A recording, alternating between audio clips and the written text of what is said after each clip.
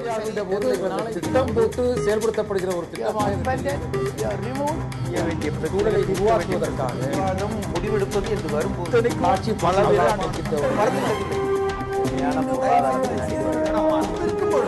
எதிர்த்து பேசுகிறேன். வணக்கம். நேர்பட பேசு நிகழ்ச்சிக்கு உங்களை அன்போடு வரவேற்கிறோம். கொள்கை கோட்பாடுகள் முழக்கங்களை முன்வைத்து தேர்தல்களை சந்தித்த காலம் கடந்த காலம். அண்மை காலமாக வேறு விஷயங்கள் தேர்தல் காலங்களில் கூட முன்னிலைப்படுத்தப்படுகின்றன. ஒரு மாநிலத்தை தொழில் ரீதியாக பொருளாதார ரீதியாக முதலிடத்திற்கு கொண்டு செல்வோம், வளர்ச்சியை விரைவுபடுத்துவோம் என்கிற வாதம் என்கிற முழக்கம் இப்போது வெகுவாக முன்வைக்கப்படுகிறது. குஜராத்தை வளர்ச்சி பாதைக்கு அழைத்துச் சென்றார். தொழில் ரீதியாக பொருளாதார ரீதியாக ஒரு வளர்ந்த மாநிலமாக விரைவான வளர்ச்சிக்கு காரணமாக அந்த மாநிலத்தின் முதலமைச்சர் நரேந்திர மோடி இருந்தார் என்பதை பாரதிய ஜனதா கட்சி முன்வைத்து அவரை பிரதமர் வேட்பாளராகவும் முன்னிறுத்தியது வெற்றி கண்டது.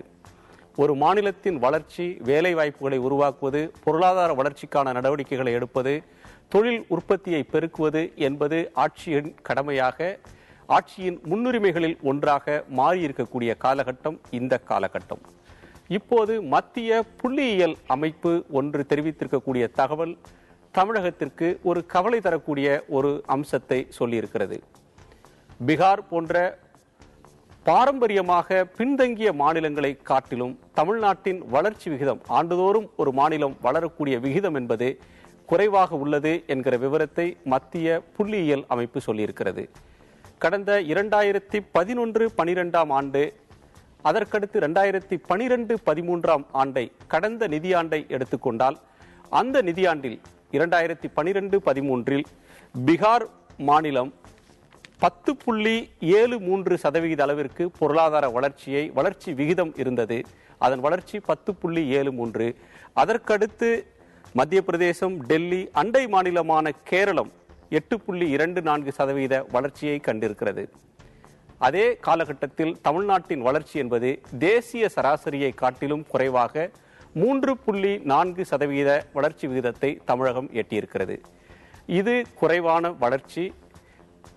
பெரிய மாநிலங்களில் மத்திய அரசாங்கத்தினுடைய சிறப்பு நிதியை பெறாத மாநிலங்களின் பட்டியலில் குறைவாக வளர்ந்த மாநிலம் தமிழகம் என்கிற பட்டியலை மத்திய அரசு, மத்திய அமைப்பு ஒன்று சொல்லியிருக்கிறது. பெரும்பாலும் பொருளாதார வல்லுநர்கள் இந்த தகவலை மறுதலிக்காத நிலையிலும் கூட இதற்கான காரண காரியங்கள் என்ன என்பதை பற்றி ஆராய தொடங்கியிருக்கிறார்கள். பொருளாதார வளர்ச்சி இல்லை என்றால் வேலைவாய்ப்பு எப்படி உருவாகும், மக்கள் மத்தியிலே தனிநபர் வருமானம் என்பதற்கான வாய்ப்பு என்னவாகும் என்கிற கேள்விகள் எழக்கூடிய அதே தருணத்தில் பொருளாதார தொழில் வளர்ச்சி முடங்குவதால் அல்லது குன்றுவதால் ஒரு மாநிலத்தினுடைய வளர்ச்சி எந்த அளவிற்கு பாதிக்கும், இந்த வளர்ச்சி குன்றுவதற்கு அடிப்படையில் காரணம் என்ன, கட்டமைப்பு வசதிகள் குறைவாக இருக்கிறதா, நிர்வாகத்தின் மெத்தனமா, மத்திய அரசின் ஆதரவு இல்லாத தன்மையா, தொழில் ஆர்வலர்கள் முதலீட்டாளர்கள் இங்கு தொழில் செய்வதற்கான ஆர்வத்தை காட்டுவதில்லையா என்கிற பல கேள்விகள் எழுகின்றன.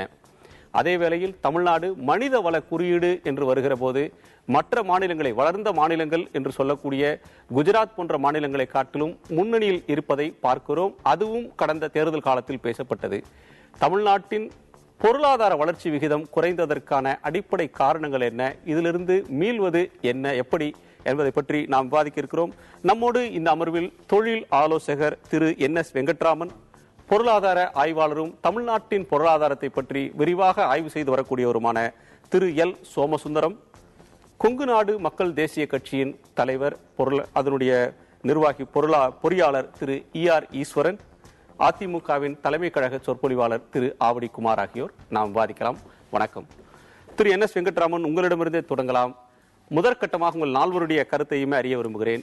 இந்த மத்திய அமைப்பினுடைய புள்ளி விவரம் என்பது முதலாவதாக ஏற்கத்தக்கதா? ஏற்கத்தக்கது எனில் இந்த வளர்ச்சி குன்றியதற்கு காரணம் நீங்க என்ன நினைக்கிறீங்க? அதாவது இந்த புள்ளி விவரம், அதுவும் பரந்த இந்தியா மாதிரி பெரிய நாட்டில் புள்ளி விவரம் கொடுக்கும்போது சில சந்தேகம் வரந்தா அதில் ஒன்றும் ஆச்சரியம் இல்லை. அந்த புள்ளி விவரம் அடிப்படையில் சில முடிவு வரும்போது அந்த முடிவையும் தவறுன்னு சொல்லலாம், அதுவும் ஆச்சரியம் இல்லை. இந்த தர்க்கம் தொடர்ந்துட்டே இருக்கும். எல்லா சர்வேலையும் இந்த தர்க்கம் வரும். அந்த தர்க்கம் வரும்போது நாங்கள் எப்படி பார்ப்போம்னா, முதல்ல யார் இதை செஞ்சிருக்காங்க, அவங்களோட நம்பகத்தன்மை என்னன்னு பார்ப்போம், கிரெடிபிலிட்டி ஆஃப் த ஆர்கனைசேஷன். அப்படி பார்க்கும்போது CSO, சென்ட்ரல் ஸ்டாட்டிஸ்டிக்ஸ் ஆர்கனைசேஷன், ஒரு நல்ல ஒரு நம்பிக்கை உள்ள ஒரு நிறுவனம், அதில் எந்த விதமான சந்தேகமும் இல்லை. அவங்க அதாவது எந்த வித அரசியல் சாராமல் அவங்க அபிப்பிராயம் கொடுப்பாங்க. அது மாத்திரம் அவங்க அபிப்பிராயம் கொடுக்கும்போது பிரதம மந்திரியோ கேபினெட் மினிஸ்டரோ அவங்களோட பர்மிஷன்லாம் வாங்க வேண்டிய அவசியமே கிடையாது. ஸ்டேட்ல வந்து கொடுக்கும்போது பர்மிஷன் வாங்கணும், ஸ்டேட் ஸ்டாட்டிஸ்டிக் கொடுக்கும்போது, சென்ட்ரல் கவர்மெண்ட் கொடுக்கும்போது அவசியமே கிடையாது. அதனால அதை நம்பலாம். அதே சமயம் நான் வேற ஒன்று சொல்றேன். அதாவது தமிழ்நாட்டில் ஒரு 3.7% தான் வந்திருக்கு, பீகார்ல ஒரு 10% வந்திருக்குன்னா பீகார் ரொம்ப வளர்ந்து போச்சு, தமிழ்நாடு ரொம்ப குன்றி போயிடுச்சு நினைக்க வேண்டிய அவசியம் கிடையாது. அது எப்படி நான் பேஸ்னு ஒன்று, பேஸ் பாயிண்ட்னு ஒன்று. தமிழ்நாட்டில் ஒரு 100 பாயிண்ட்ல தமிழ்நாடு வந்து 100லேருந்து 105 போச்சுன்னா தமிழ்நாடு வளர்ச்சி 5%. அதே சமயம் பீகார்ல 10லேருந்து 15 போச்சுன்னா பீகாரோட வளர்ச்சி 50%. அது ஒன்று மனசுல வச்சுக்கணும். இருந்தாலும் அதே சமயம் தமிழ்நாடு வளர்ச்சி வந்து 2011-12 9.7 இருந்து இன்னைக்கு குறைஞ்சி 3.0 ரொம்ப கவலைக்கூடிய ஒரு வேக்கப் கால் தமிழ்நாட்டுக்கு. அதனால எந்த விதத்திலையும் இந்த ஸ்டாட்டிஸ்டிக்ஸ் தவறுன்னு சொல்லாம அதுல என்ன படிப்பினை கத்தி நம்ம முன்னேறதான் சரியான வழின்னு என்னோட அபிப்பிராயம். சோமசுந்தரம், நீங்க எப்படி பார்க்கறீங்க? சார் சொன்ன மாதிரி ஸ்டாட்டிஸ்டிக்ஸை, அதாவது இந்த புள்ளி விவரத்தை மறுக்க வேணாம், மறுக்கக்கூடிய எந்த நியாயமும் இல்லை. ஆனால் இதை மட்டுமே மனசில் வச்சுக்கிட்டு தமிழ்நாடு பின்தங்கிருச்சுன்னு சொல்ல வேண்டிய அவசியமும் இல்லை. சில நல்ல விஷயங்கள் அதை நம்ம ஃபோக்கஸ் பண்ணிட்டு அந்த நல்ல விஷயங்களை பேஸ் பண்ணி இந்த வளர்ச்சியை அதிகப்படுத்துறதுக்கான வாய்ப்பு நிறைய இருக்கு. ரெண்டாவது வந்து இதோட காரண காரியங்களை நம்ம ஆராயும் போது இது ஏன் இந்த மாதிரி ஆயிருக்கு அப்படின்னு சொல்லும்போது இது கொஞ்சம் விரிவாக சொல்ல வேண்டிய அவசியம் இருக்குது. இது வந்து நம்ம வளர்ச்சின்னு சொல்லும் போதே நம்ம வந்து ஒரு கண்டினியூஸ் ப்ராசஸை பற்றி தான் பேசுகிறோம். ஒரு டைம் பீரியட், ஒரு வருஷத்தை மட்டும் வச்சு சொல்ல முடியாது. வளர்ச்சின்னு சொல்லும் போதே ட்ரெண்ட் தான். இது வந்து ஒரு இந்த ட்ரெண்ட் வந்து ஒரு இட்ஸ் அ பார்ட், ஒரு பல வருடங்களாக நடந்து கொண்டு வரக்கூடிய ஒரு இண்டிகேஷன் தான் இந்த ஒரு வருஷத்தோட இண்டிகேஷன் இப்போ சொல்லியிருக்காங்க.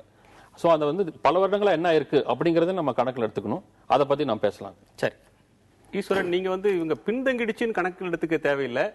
அதே நேரத்தில் நம்ம இன்னொரு கவலை வருகிறது, வளர வேண்டிய அளவுக்கு நாம் வளரவில்லையா அப்படின்ற கேள்வியும் சேர்த்தே பார்க்க வேண்டியிருக்கு. நீங்க எப்படி இதை பார்க்கிறீங்க?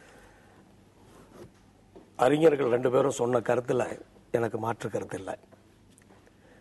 பீகார் அதிகமா இருக்கு, நம்ம கம்மியா இருக்கிறோம் அப்படின்னு சொன்னா அவங்க சொன்ன மாதிரி வந்து நம்ம எங்கேயோ தாழ்ந்து போயிட்டோங்கிற எண்ணம் நமக்கு வர வேண்டிய அவசியம் இல்லை.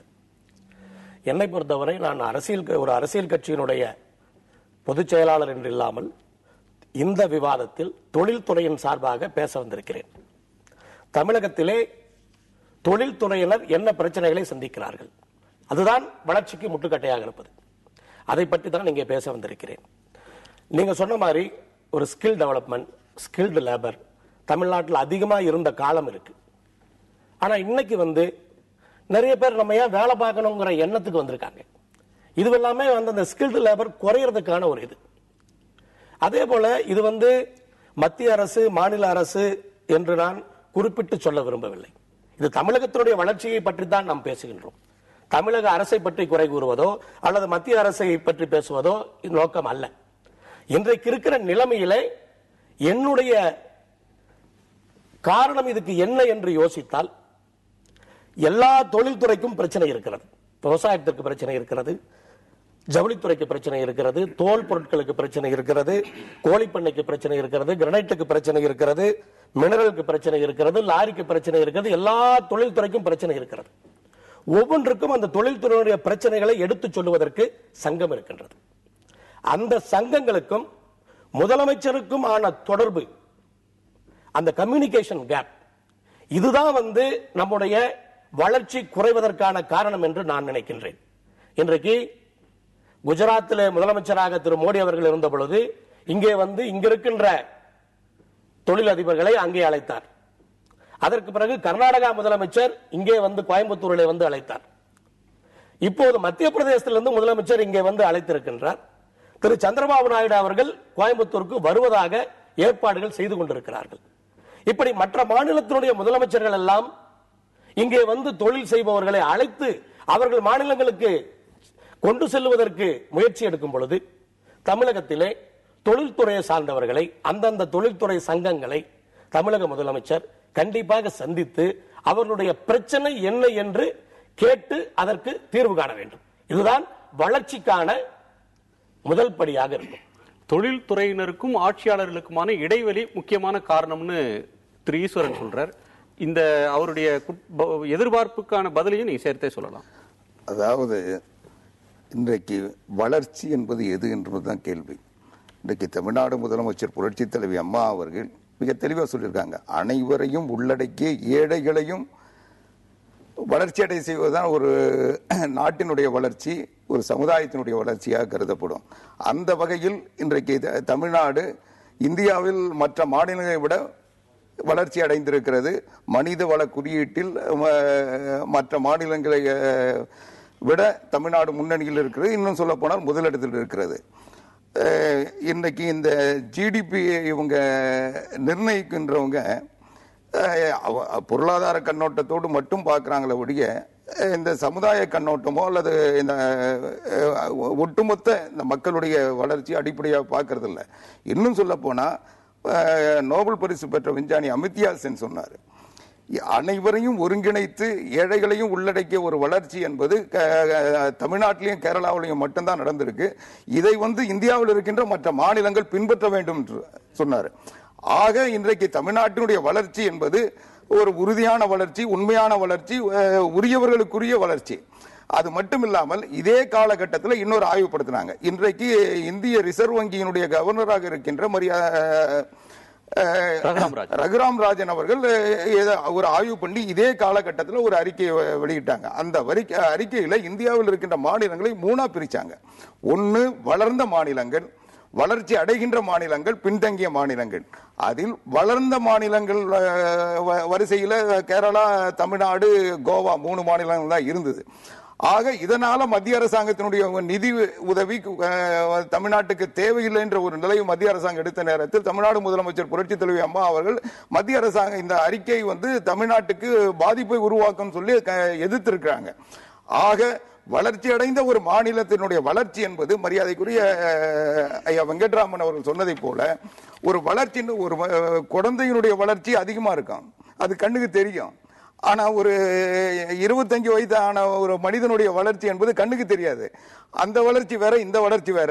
ஆக ஒரு குழந்தை, நான் முடிச்சிடறேன், குழந்தை நிலையில் இருக்கின்ற பீகாருடைய வளர்ச்சி என்பது கண்ணுக்கு தெரிகிறது. இன்னும் சொல்ல போனா அந்த அறிக்கையில அவங்க சொல்றாங்க, 2011-12 15.3% இருந்த அந்த வளர்ச்சி இன்றைக்கு அங்க குறைஞ்சுதான் இருக்கு. ஆக இந்த புள்ளி விவரங்களை நாம் ஏற்றுக்கொண்டால் கூட அவர்களுடைய வளர்ச்சி என்பது இன்னைக்கு குறைஞ்சுதான் இருக்கு. திரு வெங்கட்ராமன், இவங்க சொல்ற ஒரு கருத்து ஆய்வுக்குரியது. பீகாரையும் தமிழ்நாட்டையும் ஒப்பிடலாமா?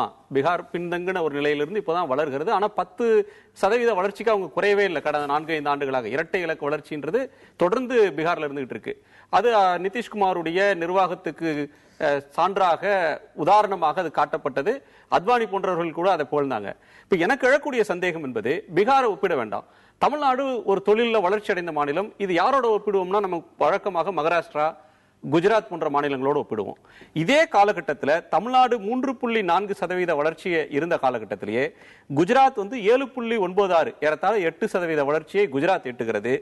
மகாராஷ்டிரா, அது ஒரு தொழில் ரீதியாக வளர்ந்த மாநிலம், அது 6.18% வளர்கிறது. இன்னொரு பெரிய மாநிலம் வெஸ்ட் பெங்கால், அவங்க 6.72% வளர்றாங்க. அந்த வளர்ச்சியில ஒரு நிலைத்தன்மை இருக்கு, ஒரு ஸ்டெபிலிட்டி இருக்கு அந்த வளர்ச்சியில. ஆனா தமிழ்நாட்டோட வளர்ச்சியில ஒரு 9% இருக்கு, திடீர்னு 4% குறைகிறது. அதற்கு என்ன காரணம் என்ன நினைக்கிறீங்க? நீங்க சொல்றது ரொம்ப கரெக்ட். இது அதே சமயம் இன்னொரு மாநிலத்தில் ஒப்பிட வேண்டிய அவசியமே கிடையாது. நமக்கே ஒரு ஸ்டாண்டர்ட் இருக்குது. அதாவது 2011-12 எடுத்தா தமிழ்நாடோட வளர்ச்சி ஒரு 9%, இன்னைக்கு 3.3 தான் இருக்கு. இது காரணம் என்னன்னு ஆலோசிக்கணும். அதாவது ஒரு 2 காரணம், 3 காரணம். 2 காரணம் எல்லாரும் தெரிஞ்சது, 3வது காரணம் பலருக்கும் தெரியாத காரணம். முதல் காரணம் பவர் ப்ராப்ளம். இந்த பவர் பிரச்சனை இவ்வளவு மோசமா போக வேண்டிய நியாயமே கிடையாது. இது கட்டாயம் சேவ் பண்ணலாம், அதை பத்தி பின்னாடி பேசுறேன் நான். 2வது வாட்டர் ப்ராப்ளம். வாட்டர் ப்ராப்ளம் கட்டாயம் நம்ம சால்வ் பண்ண முடியும். டெக்னாலஜி, சயின்ஸ், விஞ்ஞான விதியில் அனுமதி தான் பண்ணிருக்கலாம், அதில் பண்ணல. 3வது பெரிய பிரச்சனை, நல்ல பெரிய தொழிற்சாலாம் தமிழ்நாட்டில் மூடி போயிடுது. For example Thoothukudi alkali chemical company இருந்து சோடா ஆஷ், பெரிய கம்பெனி தூத்துக்குடியில், அது நேரத்தினமா மூடிட்டாங்க. தமிழ்நாடு பெட்ரோ ப்ராடக்ட்ஸ் ஒரு கம்பெனி இருக்கு, அது எபிக்ளோரைடுன்னு 10,000 டன் வருஷத்துக்கு பண்ணிட்டு இருந்தாங்க, நல்ல ப்ராடக்ட், அது மூடிட்டாங்க. இப்போ திருச்சி டிஸ்டிலரி ஒரு கம்பெனி இருக்கு, அதுல மொலாசஸ் தமிழ்நாடு அரசு கொடுக்காதனால லாஸ்ட் 1.5 வருஷமா ஆல்கஹால் பிளான்ட் மூடி இருக்கு. இது மாதிரி பல உதாரணங்களை சொல்லிட்டே போக முடியும். மெட்ராஸ் ஃபர்டிலைசர், ஸ்பிக் நிறுவனங்கள்லாம் பெரிய அளவு ப்ரொடக்ஷன்லாம் குறைஞ்சிடுது. இந்த ஜிடிபி எப்படி பண்றாங்க, எல்லா விதமான விவசாய பொருள், மீன் வளம் எல்லாம் சேர்த்து கூட்டி கொண்டு வருது. இந்த உற்பத்தி குறையும் போது ஆட்டோமேட்டிக்கா ஜிடிபி குறைஞ்சு போயிடுறது. இது ஏன் இந்த மூடினாங்க, இதெல்லாம் தமிழ்நாடு அரசுக்கு தெரியுமா, அவங்கள கூப்பிட்டு பேசினோமா, அதெல்லாம் எனக்கு தெரியவே இல்லை. பவரை போட்டீங்கன்னா இன்னைக்கு தமிழ்நாட்டில் வந்து பவர் தேவை 12,000 மெகாவாட். இன்ஸ்டால்டு தெர்மல் பவர் எல்லாம் சேர்த்தா ஒரு 14,000 மெகாவாட் மேல இருக்குது. விண்ட் பவர் 7,000 மெகாவாட் இருக்கு. உண்மை, விண்ட் பவர் வருஷத்துக்கு 4 மாசம் தான் காத்து அடிக்குது, 4.5 மாசம் தான் அதிக வேகம் இருக்கு. அது என்ன இருக்கும், நிறைய காற்றாலையில வந்த இதெல்லாம் நம்ம எடுக்கவே இல்லை, வீணடிச்சிட்டோம். ஏன் வீணடிச்சோம்னா கிரிட் கெப்பாசிட்டி இல்லை. அது இதெல்லாம் போல விரும்பல, நான் நிறைய வீணடிச்சிட்டோம். அது வீணடிச்சிருக்காம இருந்துக்கலாம். இந்த வாட்டர்லயே எடுத்தீங்கன்னா நிறைய தண்ணி வந்து மழை பெய்யுற மான்சூன் டயத்துல வேஸ்ட் ஆயிட்டு இருக்கு. அதெல்லாம் கன்சர்வ் பண்ணவே இல்லை. இதெல்லாம் கன்சர்வ் பண்றதுக்கு ஸ்டெப்ஸ் அரசாங்கம் எடுக்கல. இந்த மாதிரி விண்ட் பவர், கிரிட் பவர் கெப்பாசிட்டியை கூட்டணும். அதெல்லாம் செய்யக்கூடிய காரியங்கள். இது உடனே பண்ண வேண்டாம். வருஷத்துக்கு இவ்வளவு சொல்லலாம். முதலமைச்சர் நல்லா சொன்னாங்க அசம்பிளியில, இந்த விண்ட் பவர் ப்ராஜெக்ட் மின்வார வீணடிக்க கூடாது. ஆனா அது வீணாகிட்டு தான் ஆயிட்டு இருக்கு. அப்படின்னா என்ன அர்த்தம், அரசாங்கத்தோட எண்ணங்களே நிறைவேறப்படவில்லை. மூணாவது ஒரே காரியம், தெர்மல் பவர் பிளான்ட்ஸ்ல என்ன பெரிய ப்ராப்ளம்னா, இந்த தெர்மல் கார்கள் அடிக்கடி பிரேக் டவுன்ஸ் உடஞ்சி விழுந்துட்டு இருக்கு. அது உடஞ்சி விழும்போது என்ன ஆகுதுன்னா, management of thermal power station ரொம்ப மோசம். இன்னொரு 10% கூட்டினாங்க வச்சுங்க, பவர் ப்ராப்ளம் இல்லாம போயிடும். அதெல்லாம் நிர்வாக குறைவுன்னு தான் சொல்லணும். நிர்வாக குறைபாடு தான் நீங்க அதிகமா நிர்வாக குறைவு. இந்த இல்லடா இவ்வளவு தொழிற்சாலை மூடி இருக்காது, தெர்மல் ஸ்டேஷன் இவ்வளவு மோசமா நடந்திருக்காது. ஆர் வெங்கட்ராமன் பீரியட்ல இண்டஸ்ட்ரீஸ் மினிஸ்டர் இருந்த போது அவர் காத்தால வந்தோன்னா குந்தலால எவ்வளவு பவர் ப்ராஜெக்ட், இங்க எவ்வளவு தண்ணி, அங்கே எவ்வளவு தண்ணி, உடனே போன் பண்ணுவாராம். 52 இண்டஸ்ட்ரியல் எஸ்டேட்டுக்கு வாரத்துக்கு ஒரு தடவை போவாராம். அந்த மாதிரி எல்லாம் அந்த அளவுக்கு ஒரு ஈடுபாடு அரசாங்கம் இருந்தாதான் தொழில் வளரும். சரி, சோமசுந்தரம் அவர் வந்து காரணிகளை அடுக்கிறார். ஆனா எது வளர்ச்சி அப்படின்ற ஒரு அடிப்படையான கேள்வியை ஆவடிக்குமார் முன்வைச்சார். எல்லோரையும் உள்ளடக்கிய ஒரு வளர்ச்சியா, ஏழை எளியவர்களை உள்ளடக்கின வளர்ச்சியா, மனிதவள குறியீடு, எழுத்தறிவு, இது மாதிரியான விஷயங்கள்ல ஊட்டச்சத்து குறைபாட்டுல மேல வந்தது, வறுமை ஒழிப்புல மேல வந்தது தமிழ்நாடு அப்படின்ற அந்த மனிதவள குறியீடு வளர்ச்சியா, அல்லது 5 இலக்கங்களை கொண்டிருக்கக்கூடிய குறிப்பா வேளாண்மை துறை, உற்பத்தி துறை, கட்டுமானத்துறை, தொழில்துறை, சேவைத்துறை, இந்த 5 உள்ளடக்குனது தான் ஜிடிபின்னு சொல்றோம் நம்ம, ஸ்டேட் ஜிஎஸ்டிபி.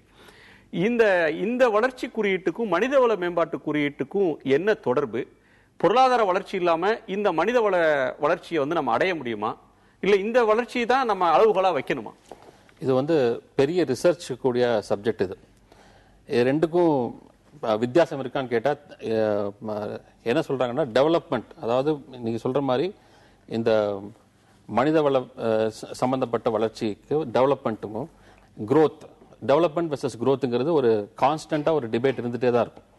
இது எதனாலன்னா, இந்த வளர்ச்சிங்கிறது வந்து ஷார்ட் டர்ம், என்னுடைய இந்த வருஷம் எனக்கு பணம் வந்திருக்கா இல்லையா, வருமானம் அதிகரிச்சிருக்கா இல்லையா அப்படிங்கிறது வந்து குறுகிய கால கண்ணோட்டத்துக்கு வருது. ஆனா ஒரு குடும்பம்னு எடுத்துக்கிட்டாலும் சரி, ஒரு நாடுன்னு எடுத்துக்கிட்டாலும் சரி, நீண்ட கால வளர்ச்சிங்கிறது எதுன்னா, நிலையான வளர்ச்சி எதுன்னா, அந்த குடும்பங்கள் வந்து அந்த நாடு சரி, நம்மளுடைய லைஃபை நல்லா லீட் பண்றதுக்கான ஃபெசிலிட்டிஸ் எல்லாமே இருக்கா, அதாவது கல்வி, ஒரு நிலையான வேலை, அது மட்டும் இல்லாம ஒரு நல்ல தங்கறதுக்கும் இதுக்கும் ஒரு நல்ல அசெட்ஸ், ஒரு வீடு, அதோட அம்யூனிட்டிஸ் எல்லாமே சேர்ந்த இது, அப்புறம் சுகாதாரம், என்னுடைய லைஃபை நல்லா லீட் பண்றதுக்கான சுகாதாரம், இதெல்லாம் இருக்கா அப்படிங்கிறது நீண்ட கால தேவைகள். அதெல்லாம் இது ரெண்டுமே முக்கியம். ஆனா இது 2 சம்பந்தம் இருக்குன்னு கேட்டா கண்டிப்பா சம்பந்தம் இருக்கு. ஒரு நாடு வந்து growthல இன்வெஸ்ட் பண்ணாம இந்த மாதிரி ஒரு டெவலப்மெண்ட்டை ரீச் பண்ண முடியாது. அதுதான் வந்து உலக அளவுல நடந்த எல்லா வளர்ந்த நாடுகள் எல்லாம் பார்த்தா இதுதான் உண்மை. ஆனா எந்த இடத்துல இன்வெஸ்ட் பண்ணியிருக்காங்க அப்படின்னா, ரிசர்ச் கிளியரா சொல்லுது. சார் சொன்ன மாதிரி அமர்த்தியா சென்னை நிறைய ரிசர்ச் பண்ணியிருக்காரு. அவர் கிளியரா சொல்றாரு, அதாவது பேசிக் எஜுகேஷன் அண்ட் பேசிக் ஹெல்த், அடிப்படை கல்வி, அடிப்படை சுகாதாரம், இது 2ல தான் வந்து ஒரு அரசாங்கம் இன்வெஸ்ட் பண்ணிச்சுன்னா மேக்சிமம் ரிட்டர்ன்ஸ் ஒரு 10-15 ஆண்டுகள்ல கிடைக்கும். இல்ல, அந்த வளர்ச்சி என்பது ஒட்டுமொத்த பொருளாதார வளர்ச்சி நடைபெறாம நீங்க மனிதவள வளர்ச்சியில நீங்க முதலீடு செய்ய முடியுமா? முடியாது. ஏன்னா இதுல வர்ற ஆரம்ப காலத்துல பண்ணலாம், ஒரு 4 வருஷத்துக்கோ 5 வருஷத்துக்கோ இந்த வளர்ச்சி இல்லாமையே வந்து ஒரு அரசாங்கம் செய்யலாம். ஆனால் நீண்ட கால வளர்ச்சி தேவைப்படணும்னா இது 2 சேர்ந்து இருந்தா தான் பண்ண முடியும். சரி, 2மே அடிப்படையா சேர்ந்து தான். 2012-13 ஆண்டுக்கான வளர்ச்சி விகிதத்தை நம்ம பேசிட்டு இருக்கோம். அந்த பீரியட்ல உள்ள முக்கியமான, அதாவது இந்த வளர்ச்சியை நம்மளை பாதிச்ச, தமிழகத்தை பாதிச்ச முக்கியமான காரணம்னா விவசாயத்துறையினுடைய -12 சதவீத வளர்ச்சி ஒன்று. இன்னொன்று உற்பத்தி துறை, அதுவும் -1.5. ஸோ ரெண்டும் தான் வந்து நம்மளோட வளர்ச்சியை அந்த காலகட்டத்தில் குறைச்சது. இந்த ரெண்டினுடைய வளர்ச்சி குறையிறதுக்கும் அந்த காலகட்டத்தில் இன்னைக்கு ஒரு மின்சாரம் ஓரளவுக்கு இருந்தாலும் கூட அந்த காலகட்டத்தில் பார்த்தோம்னா மின்சார தடைங்கிறது ரொம்ப அதிகமாக இருந்தது. அன்னைக்கு மிகப்பெரிய பிரச்சனைகள் இருந்தது. இன்னைக்கு கூட வந்து விவசாயத்திற்கு மின் இணைப்பு கொடுப்பது கிடையாது. 15 ஆண்டுகளாக இலவசம் இலவசம்னு சொல்றோமே ஒழிய, ஆனால் 15 ஆண்டுகளுக்கு முன்னால் பதிவு செய்த விவசாய இணைப்புகள் கூட இன்றைக்கு தரப்படுவதில்லை. இதுதான் பிரச்சனை. அதே போல பாத்தீங்கன்னு சொன்னா இன்னைக்கு வந்து 24 மணி நேரத்திற்குள் இணைப்பு கிடைக்கிறது அப்படின்னு சொல்லி மின்சார அமைச்சர் சொல்றாரு. இல்ல, அக்ரிகல்ச்சருக்கு தர்றதில்ல. அக்ரிகல்ச்சருக்கு இலவச மின்சாரம் நம்ம சொல்றமே ஒழிய, பட் அக்ரிகல்ச்சருக்கு மின்சார இணைப்பு தருவதில்லை. ஆவடிக்குமார் அவர்கள் கண்டிப்பா அதனோட இது இருந்தா சொல்லலாம். அப்படி கிடையாது. விவசாயிகள் எல்லாம் இன்னைக்கு வந்து பாதிக்கப்பட்டிருக்காங்க. இது வந்து முதலமைச்சரோட கவனத்துக்கு இந்த நிகழ்ச்சி மூலமா போச்சுன்னு சொன்னா நான் உண்மையிலேயே சந்தோஷப்படுவேன். 2001-6 தமிழக முதல்வர் அவர்கள் அந்த பீரியட்ல முதலமைச்சராக இருந்த பொழுது, அப்ப உங்களுக்கு வந்து ஜப்பானுக்கு இங்கிருந்து திரு ஜெம் வீரமணி அவர்களுடைய தலைமையிலே IAS அதிகாரிகளை ஜப்பானுக்கு அனுப்பினார்.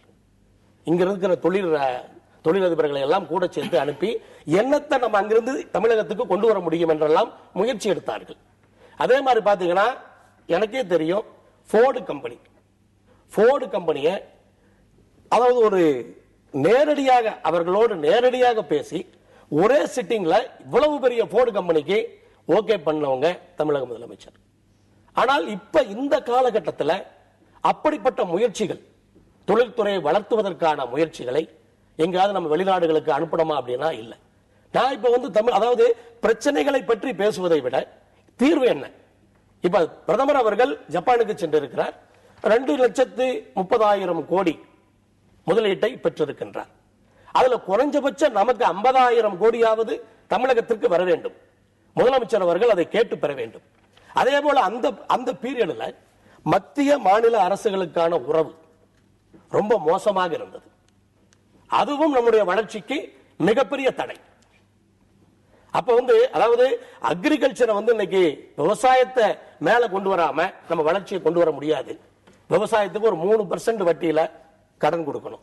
எத்தனால் உபயோகத்தை கண்டிப்பா கொண்டு வரணும். தொடர்ந்து பேசலாம். அதாவது அந்த காலகட்டத்தில் மின்சார பிரச்சனை இருந்ததை நான் மறுக்க விரும்பல. அது மறுக்க வேண்டிய அவசியம் இல்லை. அந்த பிரச்சனை இருந்தது உண்மை. ஆனால் அதே இயற்கையாக கிடைக்க வேண்டிய தண்ணீரும் தமிழ்நாட்டுக்கு வந்து கிடைக்கல. அது விவசாயத்துக்கு நிச்சயமா பாதிப்பை உருவாக்குச்சு. ஆனாலும் இன்னைக்கு தமிழ்நாட்டில் அனைத்து இந்திய அண்ணா திராவிட முன்னேற்ற கழகம் ஆளுகின்ற பொறுப்பை பெறுகின்ற போது தமிழ்நாட்டினுடைய உணவு உற்பத்தி என்பது 83.63 லட்சம் மெட்ரிக் டன். ஆனால் அதிமுக ஆட்சிக்கு பொறுப்புக்கு ஏற்ற பிறகு அது 101.52 லட்சம் மெட்ரிக் டன் உயர்ந்து 13-14 110.65 லட்சம் மெட்ரிக் டன் ஆக 34% உணவு உற்பத்தி அதிகரிச்சிருக்கு. அதாவது விவசாயத்துக்கு பாதிப்பு வந்தது, இயற்கையாக இடர்பாடுகள் வந்தது, மின்சார பிரச்சனை இருந்தது, எல்லாமே உண்மை. ஆனால் உணவு உற்பத்தி அதிகரித்திருக்கிறது என்பதுதான் நான் சொல்ல வந்தேன். நீங்க கேட்டதுக்கு நான் பதில் சொல்றேன். அதே மாதிரி இன்னைக்கு ஆந்திராவில இருந்து முதலமைச்சர் வரப்போறாரு, ஏற்கனவே கர்நாடகாவில இருந்து வந்தாரு, மத்திய பிரதேச இருந்து வந்தாருன்னு சொல்றாங்க. ஆனால் நான் உறுதியா சொல்றேன், தமிழ்நாட்டிலிருந்து ஒரு தொழில்துறையினர் கூட அந்த மாநிலங்களுக்கு போகல. விவசாயம் செய்வதற்கு நான் முடிச்சிடறேன். நீங்க பேச சொல்ல குறிப்பிடல. உங்ககிட்ட வந்து நான் ஆர்குமெண்ட் பண்ற அவசியம் இல்ல, தேவையில்லை. நீங்க உங்க கருத்தை சொல்லுங்க, நானும் சொல்றேன். எது சரின்றத மக்கள் முடிவு பண்ணட்டும்.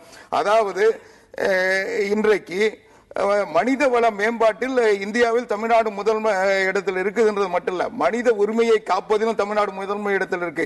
இன்றைக்கு தமிழ்நாட்டில் இந்த நீங்க அதிகமா சொல்ற அந்த மாநிலங்கள்ல இருந்து, அதே பீகார்ல இருந்து அதிகமான தொழிலாளர் தமிழ்நாட்டில் வந்து வேலை செய்யறாங்க. என்ன காரணம்னா இங்கதான் வந்து அவங்களுக்கு உரிய கூலி கிடைக்குது.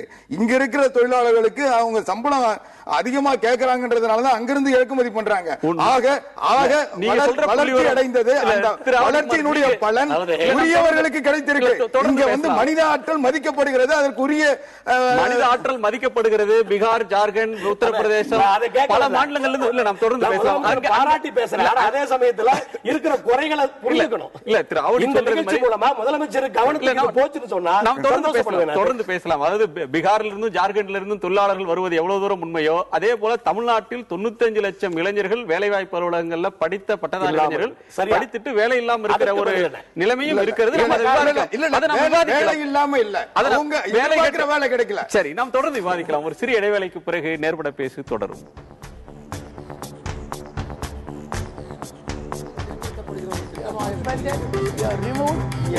சூழலை உருவாக்குவதற்காக முடிவெடுப்பது என்று வரும்போது ஆட்சி பல